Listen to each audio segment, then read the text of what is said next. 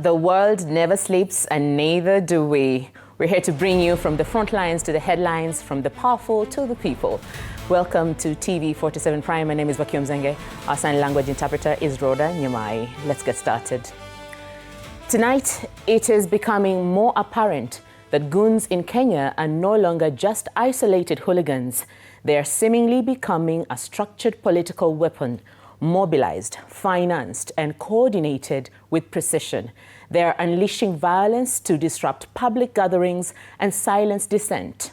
As Samira Mohammed reports, the Law Society of Kenya has condemned the growing menace, warning against the weaponization of violence in political competition and demanding accountability for those who sponsor and mobilize goons. It is an ugly scene that has been replayed over and over in the recent months. One where the political class and its sympathizers pursue a crude method of stifling dissent. And now, no one is safe in this goons' paradise, thriving courtesy of a police service that looks the other way whenever the political class unleash their gangsters. The violence on Nairobi's All Saints Cathedral Church on Friday has sparked a political storm, reviving long-standing fears that organized goonism is being weaponized in the country's political arena. The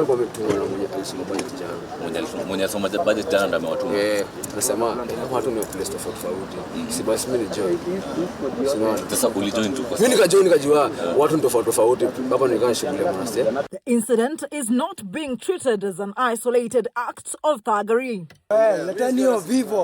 Why 256 mulete hiyo vivo mmechukua hapa na ubozi wenyu, otherwise haendi. These, as the Law Society of Kenya has condemned it, describing the attack as a calculated message from the powerful interests, pointing to a growing culture of political intolerance and rising insecurity in the country.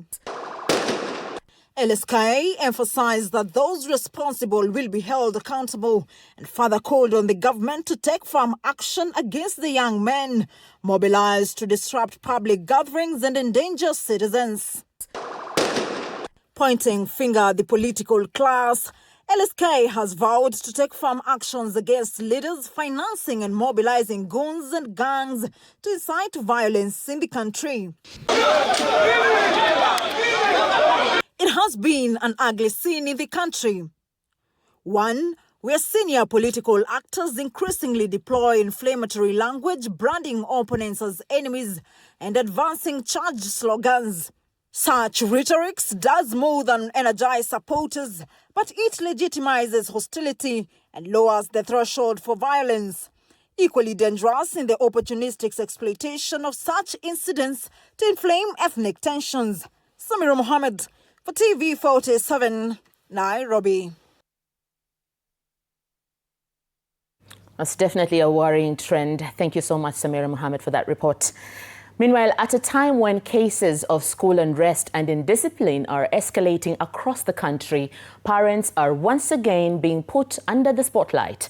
Religious and education leaders say weakened family values and inadequate parental guidance are fueling the crisis, leaving teachers unfairly blamed for a problem that begins at home. Our reporter Willie Dennis Njiru has more on this.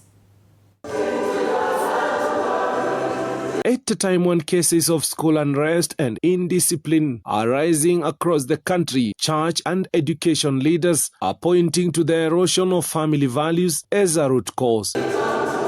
Speaking during the Eucharistic celebration of St. Josemaria Escriva, founder of Opus Dei, Nairobi, Archbishop Dominic Kimengich of the Catholic Archdiocese of Mombasa expressed concern over the decline of moral values within families. We lost those 16 girls simply because of lack of parenting and lack of those values which our young people should have. So we see now it is a clear call that we have to be very, very close to our young people. Children will go where they are directed. If they see the society going the other direction, they will follow that direction. But we as a society, truly, embrace those values and follow those values. The Archbishop said the weakening of family values has left many young people vulnerable to misdirection, corruption, dishonesty, and social conflict issues, increasingly manifesting in schools nationwide. We go back to those values which made Kenya what it used to be, a country known for peace, known for cohesion, a country which really follows those values. His remarks comes as the Kenya National Union of Teachers, NAT, defended teachers against accusations that they are responsible for rising cases of violence and indiscipline. Speaking in Keyo South, Elgeyo Marakwet County, NAT Secretary General Collins Oyu said many parents have abandoned their responsibility of mentoring and monitoring their children. Wewe unatengeneza mali, mtoto haumuoni, ati baadaye mtoto atapata hii mali. When you invest for a child, I want to tell you for truth, that child must not enjoy the investment. Education Cabinet Secretary has also weighed in, calling on parents to guide their children with positive values and virtues, stressing that discipline must begin at home before it can be reinforced in schools. Watoto wanachoma mashule. Fingers are being pointed at teachers. Walimu, walimu, walimu. Partly, it could be true. But majorly, the parental care for a child is now missing. The political atmosphere in the country is also confusing. For TV47, I'm Willie Dennis Njiru. Now, in a world where more than 2.1 billion people live with blindness and 1 billion of those cases are preventable, technology is offering new hope. 24-year-old Victoria Moura has unveiled smart glasses designed to empower the visually impaired. Fitted with a camera and connected to a mobile app, the glasses capture surroundings, detect obstacles and text, then deliver real-time spoken descriptions through bone conduction audio. This breakthrough offers independence and dignity to millions adapting to vision loss. In Kenya alone, 1.3 million people live with visual impairment. Our reporter Elizabeth Atieno spoke to the young innovator behind this life-changing technology. These are not ordinary eyeglasses. These are smart glasses fitted with a camera. With a single click, they capture the user's surroundings, identify obstacles, pathways, signs, and even text, offering vital support to people with visual impairment. 24-year-old Victoria Moura is the brains behind this eye-opening innovation. Quite literally. What we do at Provision Sight Africa, we build assistive navigation solutions for the irreversibly blind. Our current solution is a pair of smart glasses that works hand in hand with a mobile application, enabling the user to know what is around them, read text around them, and even identify the people who are in their surrounding. Her deeply personal journey inspired the creation of smart glasses that provide real-time spoken descriptions through bone conduction audio, transmitting sound vibrations directly to the inner ear. And this was inspired personally by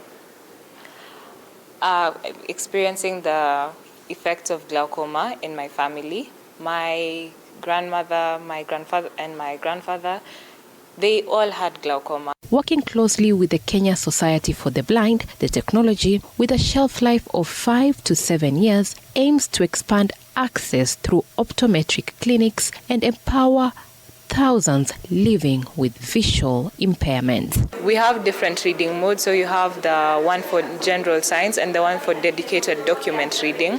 We also have geolocation navigation that enables you to move as if you're using Google Maps but still know exactly how you are, exactly where you are in the room. So for now, our device costs 18,000 shillings with a subscription of 300 that kicks in after a year. But questions remain about how the glasses function in areas with limited internet connectivity.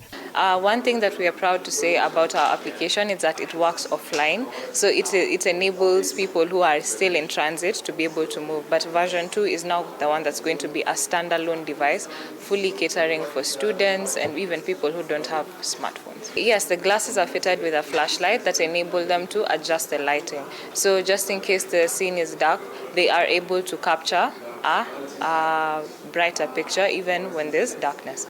This innovation underscores the crucial role of technology in eye health. In Kenya alone, more than 1.3 million people live with visual impairment, yet only 325,000 are officially recorded.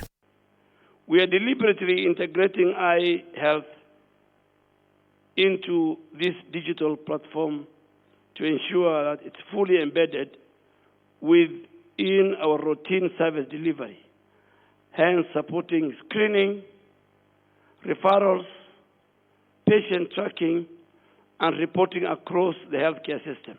A new research by the International Agency for the Prevention of Blindness shows Kenya has made progress, recording a 47% reduction in blindness prevalence over the last 3 decades, proof that innovation and commitment can transform lives.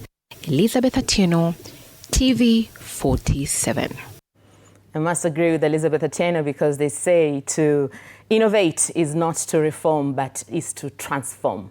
Moving on to politics, Prime Cabinet Secretary Musalia Mudavadi has rallied the Western Kenya community to back President William Ruto for a second term, saying re-electing him in 2027 would unlock more development opportunities for the region. Mudavadi told residents that Ruto's track record speaks for itself, arguing that the president has given greater attention to Western Kenya compared to past administrations. President Ruto, on his part, dismissed opposition criticism, accusing his rivals of spreading rumors and engaging in politics without a clear agenda. Speaking during the launch of Shirikiana Savings and Credit Cooperative Society at Masinde Muliro University in Kakamega, an event presided over by President William Ruto, Prime Cabinet Secretary Musalia Mudavadi took the moment to rally Western Kenya behind the president's development agenda. Hapa Magharibi, nataka nirai wenzangu. Let us be focused. Wakati Mheshimiwa Rais alichaguliwa, tuliwaambia kwamba this is the route, and I want to repeat here, he is the route. Musalia told the residents that they should support President Ruto's re-election bid, citing his track record of development and arguing that the head of state has paid greater attention to the region. Sasa jamaa wanatembea hapa, wengine wamekuwa impeached, they don't know what their future is. They are coming to try and tell you that they know where they are taking you. Tuungane na Mheshimiwa Rais because this is where Kenya is going. Mheshimiwa Rais, nataka kuhakikishia kwamba kuuza sera zako hapa Western Region ni kazi rahisi sana, kwa sababu ya development agenda yako, na sisi hapa mkoa wa Magharibi tuko nyuma yako bako kwa bako. On his part, President Ruto faulted his opponents for spreading what he termed as rumors and engaging in politics without a clear agenda. Watu ambao hawana mpango yoyote ni porojo mingi wanazungusha. Ukiwasikiza wakitembea na huku wanasumbua watu. Wanaingia kwa masoko, wanapigia watu kelele. Hawauzi nyanya, hawauzi kuku, hawauzi chochote. Wameenda huko na loudspeaker kupigia watu kelele. The president also highlighted several government-funded initiatives aimed at empowering young entrepreneurs, including the Hustler Fund and the Uwezo Fund, alongside the newly launched Shirikiana Sacco. Shirikiana Sacco is a platform through which ordinary citizens can organize their savings, access affordable credit, build enterprises, create opportunities. Pia tutaangazia mambo ya miwa, kuona kwamba tunaweka wakulima wetu wa miwa ili wapate affordable credit kutoka kwa Shirikiana Sacco. He noted that the Sacco has already attracted more than 12,000 members from Western Kenya and is expected to expand economic opportunities and deepen financial inclusion. I ask our partners. Mike Chelo, TV47. At the same time, the United Alternative Government has continued with day 2 of its Western Kenya tour. As Quinto Wafula reports, calls for regional unity ahead of the next general election took center stage, with opposition leaders accusing Mulembe leaders serving in government of neglecting the interests of their people in favor of personal and political gain. Take a look. The brigade led by Kalonzo Musyoka, Rigathi Gachagua, Justin Muturi and Eugene Wamalwa condemned what they described as acts of goonism and the use of force allegedly aimed at disrupting their tour. They claimed to have encountered groups of youth armed with stones who had been mobilized to block their movement throughout the region. Kuzuia sisi kuongelesha Waluya, you are not solving any problem. Shida ni ya kwamba hii Waluya wamejua yeye ni muongo. Umewatumia vibaya, umewadharau. Nataka asikie kabla atoke Kakamega hii ya kwamba Kakamega, Western, nyumba ya Mlembe, nyumba zote 18 tumeamua Ruto ni one term. Harambe! Wiper Party leader Kalonzo Musyoka also condemned the attack on All Saints Cathedral, describing it as a desecration of a place of worship. He called on relevant authorities to take swift action to restore order and prevent the situation from escalating further. Amnesty International, Kenya Human Rights Commission wamepigwa na tear gas na magoon ambao hawataki, watu walikuwa wanataka wasikilize ile budget ambayo sisi kama United Alternative Government tulizindua. Wanapanga mkataba ingine season 2 ya kudanganya nyinyi. Mtakubali? Huyu Wetangula na Musalia walishughulikia tumbo zao. Candidate wetu atakuwa mmoja, aonane na Ruto ana kwa ana. The leaders also threw their weight behind the People's Budget 2026, saying it offers practical solutions to ease the high cost of living. They contrasted it with the government's current economic policies, which they argue continue to place an unbearable burden on ordinary Kenyans. Serikali ambayo tumekuwa nayo ni serikali ya deals peke yake. Mimi nilikuwa among the members of parliament ambao walipinga G2G. Nilikuwa among the members of parliament walipima finance bill. Amekuja hapa amepeana kampuni kwa Muhindi. Lakini hiyo kampuni sio ya Muhindi peke yake. Hiyo kampuni hata yeye ako na shares ndani. Nasema kwamba Waluya wako na milango 18, hata lugha waelewani, hata watakuja kutoka katikati. Hadi wagawe kura ya Mluya. Nyinyi mtakubali kweli? Wetangula! Quinto Wafula, TV47. Meanwhile, the government has reiterated its dedication to empowering cooperatives as an important tool for mobilizing savings, attracting investment, and supporting entrepreneurship at the community level to drive economic growth nationwide.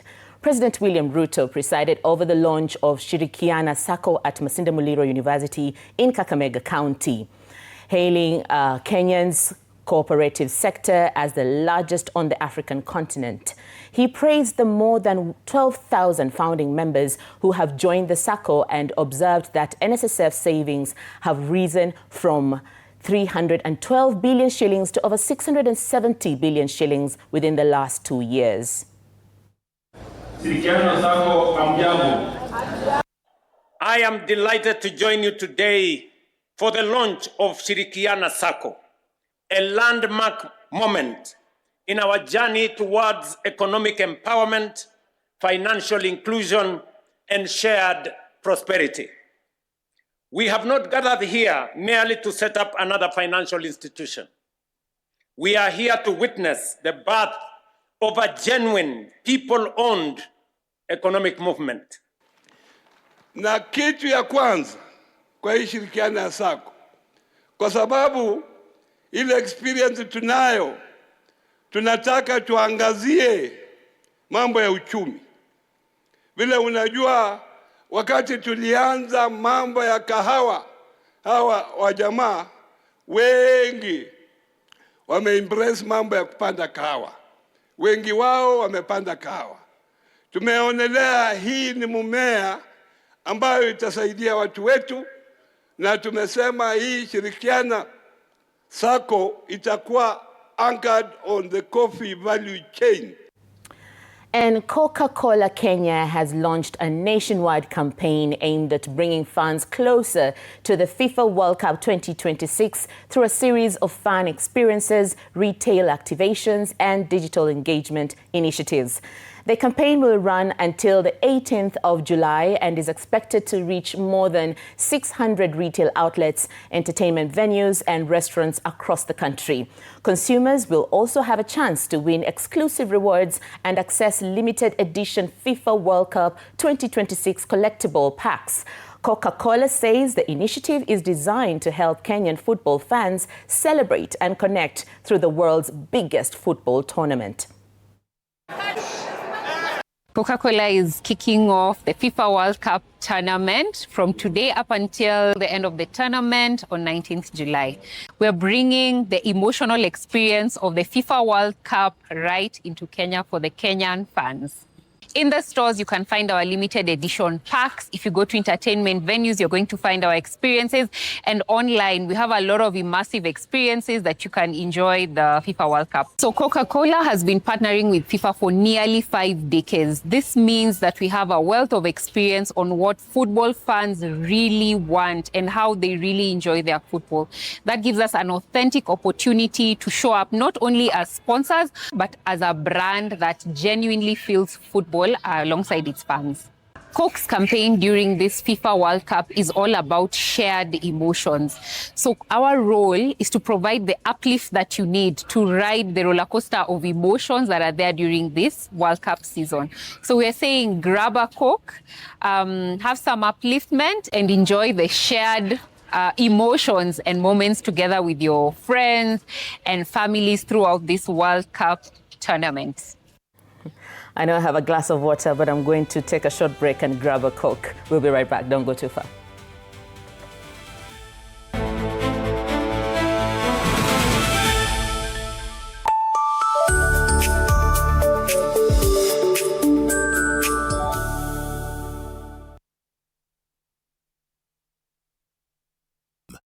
Good morning. You have my rent? Leo jioni kama tutakuwa tumelipa rent, nauza simu yako. Hamna pesa. I need 3 G's to make my nails today. Sasa hivi natuhusu aje? Can I order now? Do you ship? Can I get blinking ones? Mimi nilikuwa na trade. Nimeekelea kitele yangu. Kitele yangu na trade. Nikikunyuma. Oh my God. You left me. Nitumie ni live. Uko nje kuna wifi. Why? Hi-fi? Wait, so what do we call this dish again? I have no idea. The cucumbers are there specifically for my beauty routine. Tamulini kero make a beauty product. Na ameenda. Tunafaa tukuwe na logo yetu. Like, si ni brand already. We won't entertain divas. No. I'm not dealing with a man child. Amazing. Nishapenda hii energy. Sundays at 8:30 p.m. on TV47.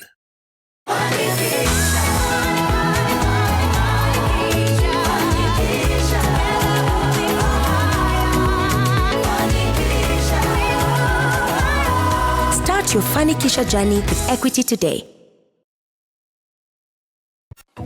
For months, teams have been battling out for the Mozart Cup 2026. And now, the finals are here. A thrilling showdown between Tusker FC and Kenya Police FC. The showdown will be held on Sunday, 14th June 2026 at Kwale Stadium. TV47 will bring you the Mozart Cup finals live from Kwale Stadium with live commentary on Radio 47. There will be lots of entertainment from Prince Inda.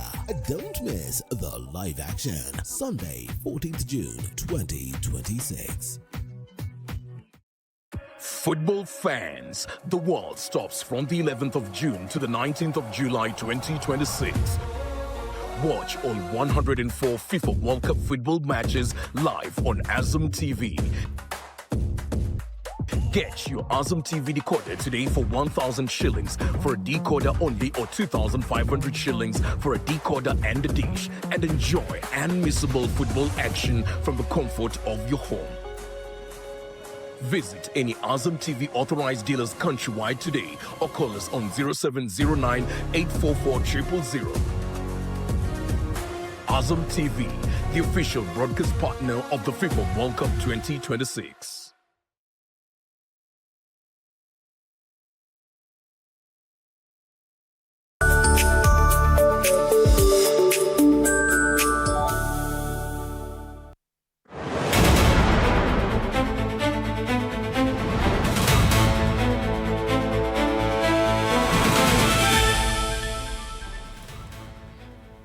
Thank you. Welcome back, and thank you so much for staying with us, where we bring you the stories that truly matter. This is TV47 Prime, and we carry on with our news bulletin.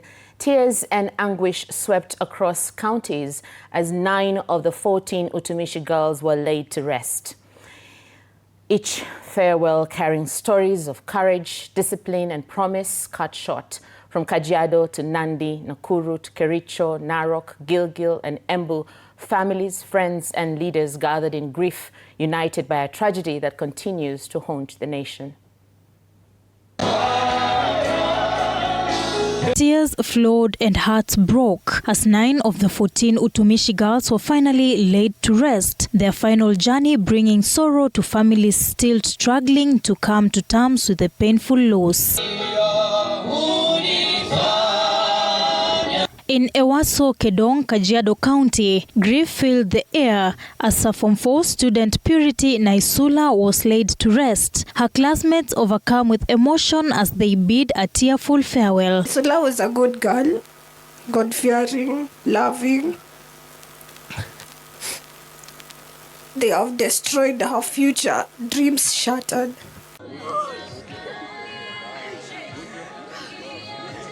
In Nandi County, Kaptilol village, hundreds of mourners gathered to pay tribute to Celestine Wambui Meli, with leaders and residents calling for stronger safety measures in boarding schools. And at the same time, we also want to request the government to recruit walezi wa dini.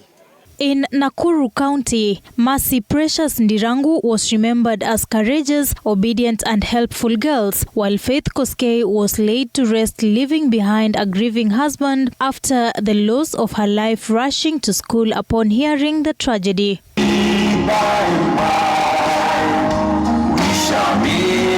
In Kericho County, Abigail Chepngeno was celebrated as a respectful and disciplined student, while in Narok County, Cheryl Ondari was remembered as hardworking and determined. And in Embu County, Nicole Michelle was laid to rest as family and friends and schoolmates mourned her loss, with her head teacher expressing deep sorrow over the tragedy. We've been telling God that in due course, He should give us a revelation. The remaining 5 victims are expected to be buried next week as families continue to mourn the devastating loss of young lives cut short. Susan Locho for TV47.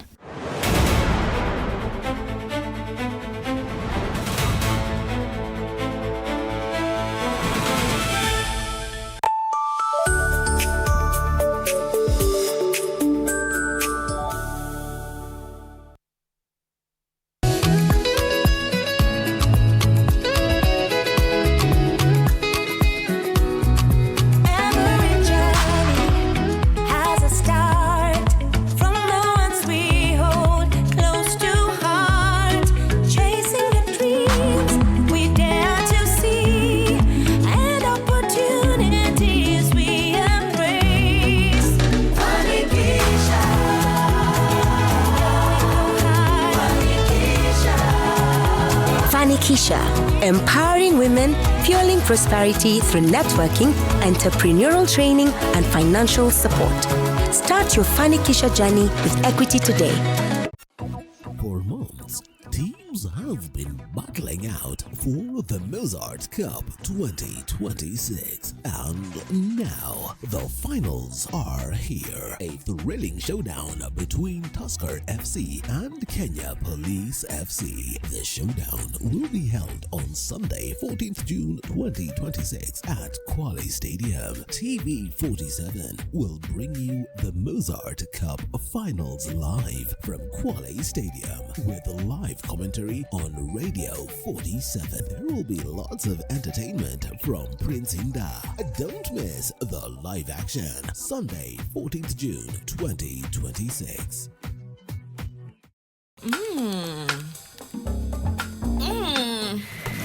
Indulge in the moment with every spoonful of Delamere real fruit yogurt.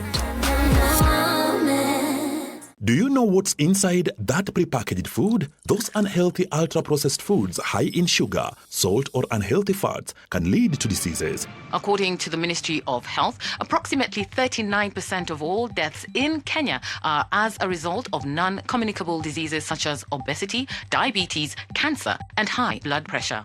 The foods and drinks we consume every day can affect our health more than we realize. Clear information on packages about what's in our food can help us have a healthy diet. From the Food Policy Coalition Kenya.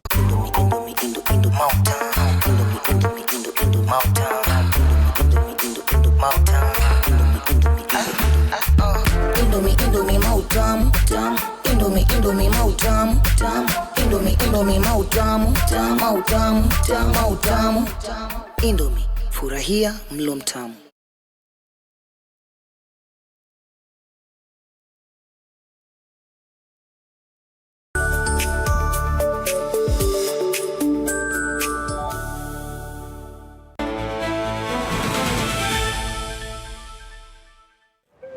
TV47 Sports, brought to you by Mozart. Wewe, unaona rika yako hapa nipatie ball. Bola iko ikuje kwako, ilikuwa iende kwa wale. Kwale Stadium. Na si iende kwa wale. Mozart Bet Cup Final 2026. Tukutane Kwale Stadium. Bila kupoteza wakati tupatane Kwale Stadium. Usiweza chini. Mozart Bet Cup Finale. And here are the sports news. Kenya Police will face Tusker FC tomorrow in the Mozart Bet Cup final in Kwale. Kenya Police head coach Nicholas Muyoti is hopeful of winning the title for the second consecutive season after guiding Nairobi United to victory in the competition last year. Tusker head coach Julian Matei has issued a warning to Kenya Police ahead of the match. Meanwhile, Bandari FC will take on KCB FC in the battle for third place. Again, tumekuwa also tuna practice penalties since even before games za Bandari because tunajua kuanzia quarter finals kuna kitu kama hiyo. So by the end of the day we want to execute the game before penalties, but ikifika penalties pia tuko ready by the end of the day, nadhani itakuwa poa tukimaliza game in the 90 minutes. God for this opportunity again with Kenya Police. It was a good experience for us last season, and I'm happy it is happening again, basically with another team. So far so good. I think my players have done so well in the league and also in the cup.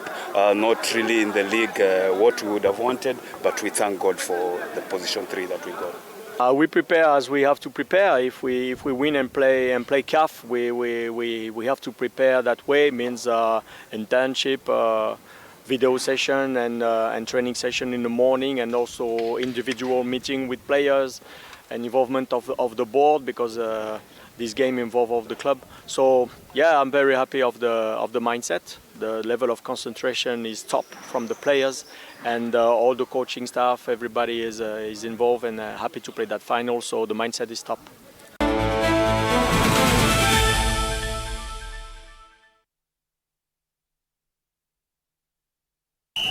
It's time for the Golden Cup, the Mozart Bet Cup.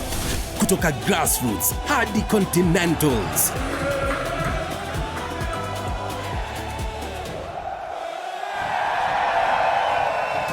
Mozart Cup, hakuna favorites.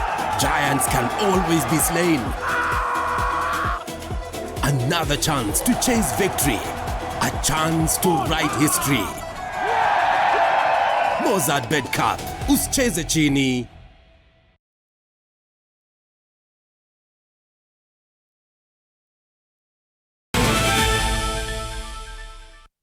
Hundreds of Netherlands fans have already camped in the United States, confident that their national team can make a strong impact at the 2026 FIFA World Cup being hosted by the United States, Canada and Mexico. The Netherlands will begin their campaign tomorrow against Japan in one of the tournament's highly anticipated matches.